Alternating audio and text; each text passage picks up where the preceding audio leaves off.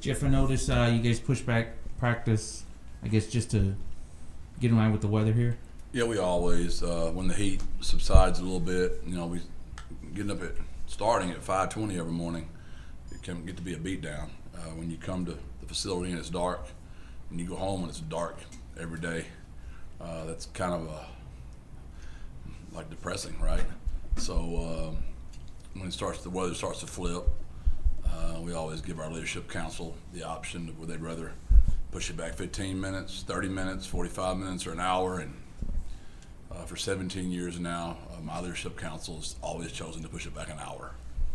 Is there any difference with the guys today versus last week, or it's just You can tell they had another hour of sleep. They were chatty cappies out there. I mean, there's a bunch of juice, and they wouldn't shut up. So I'm glad I had my whistle. That's why I always have my whistle for days like this.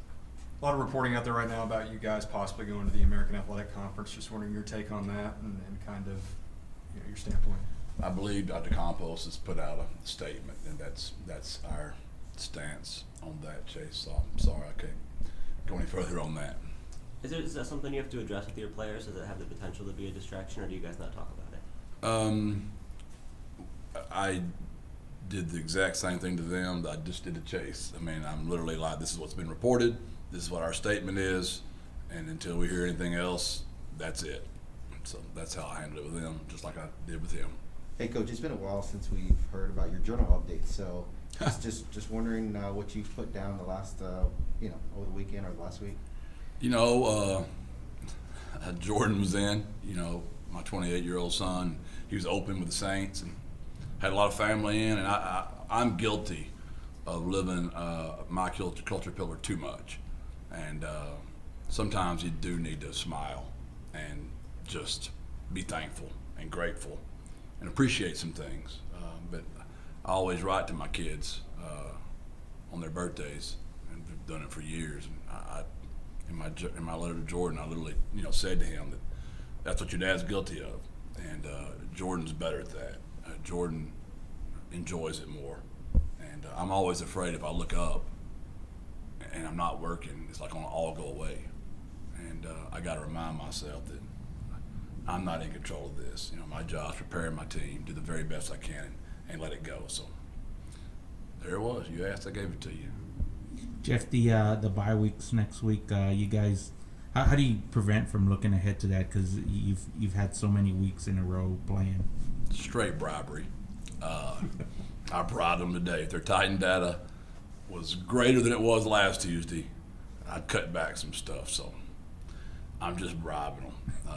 I gave the analogy of the horse. I was raised on a farm. When you take the horse out of the barn, it's hard to get him to leave the barn.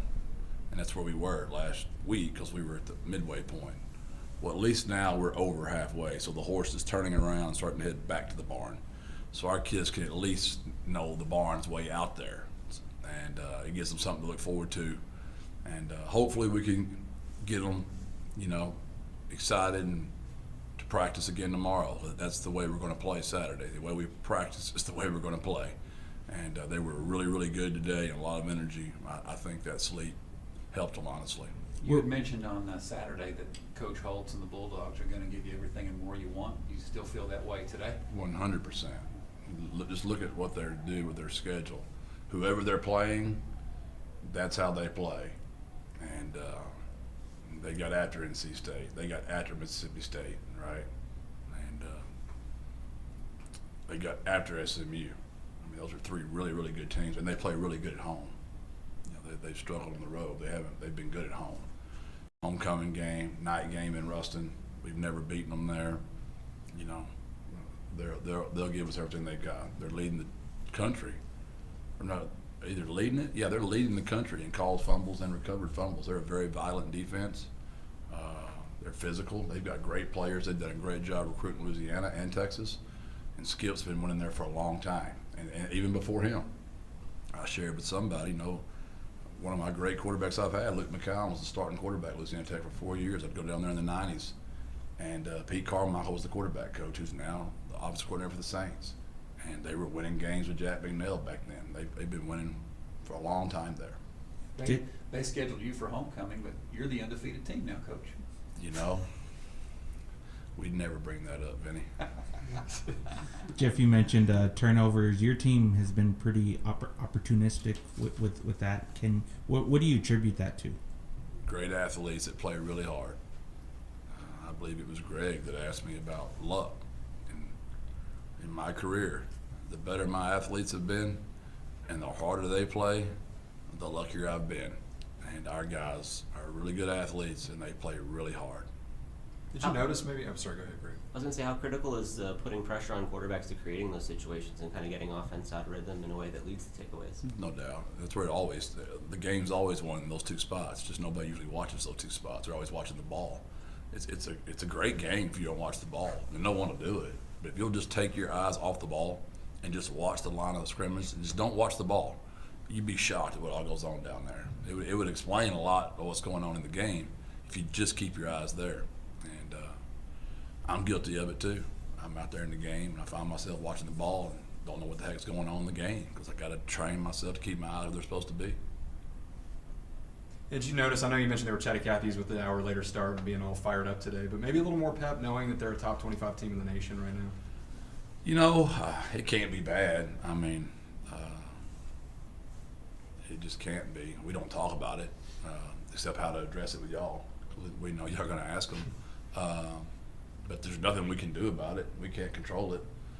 What it does do, and I've said this before to other people that have asked, it creates excitement, right? It creates the media excitement, boosters, presidents, administration, recruits, perception. It's national perception. I love you guys. I mean, y'all are awesome. Our local media is the best. But, man, it brings a whole nother wave of people in here when that just helps. We've got like 150,000 alumni out there in this country. And some of them are doing very well financially and probably looking for a good cause. And we are one.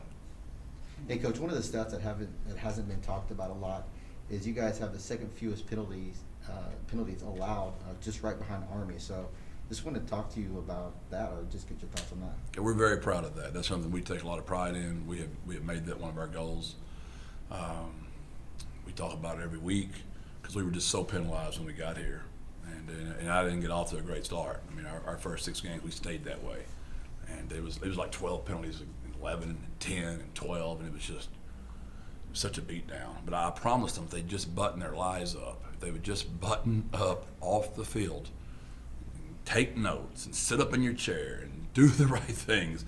If you take care of the little things, big things take care of themselves. And that's just really all that is. That's the players getting that done. And it's just they're the ones that do it. It's my leadership council and just a lot of attention to detail.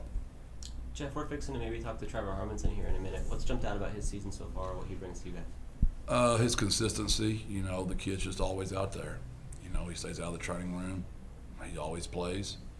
He's very athletic. He's very talented. That's never been the issue. It's just been his off-the-field stuff and being buttoned up, and he's just better there. He's just a lot better. And so on the field, it translates. And, I've said this before, I'll be grateful to Trevor for a long time because that linebacker room was very depleted. And him and Liggins took almost every snap our first year here. And how those guys made it through, it's just a miracle. That's the most physical position on the field. And 15's out there every game for us. Does he have a nickname? T Harm, but I don't think that's very very original, right? I need to come up with something, right? That's the expectation now. T Harm, yeah, that's all I got for him. Thanks, Jeff. Thank y'all, Thank man. you, Coach. God bless.